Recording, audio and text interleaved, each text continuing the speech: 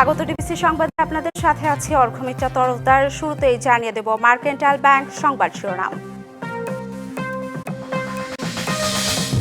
নির্বাচিত সরকারের কাছে ক্ষমতা হস্তান্তর করতে চান প্রধান উপদেষ্টা। জানালেন সবাই নয়, ডিসেম্বরের মধ্যে নির্বাচন চায় একটি রাজনৈতিক দল।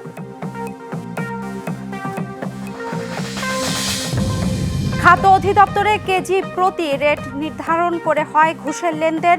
মৌসুমে 850 কোটি টাকা ঢুকছে চক্রের পকেটে, ভাগ পাচ্ছেন ঊর্ধ্বতনরাও।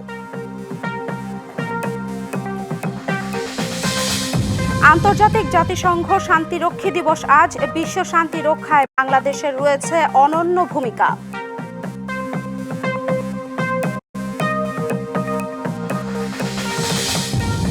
ব্যক্তি করমুক্ত আয়সীমা বাড়ছে আগামী বাজেটে। ধনীদের উপর কর বাড়িয়ে মধ্যবিত্তকে স্বস্তি দেওয়ার পরামর্শ গবেষকদের।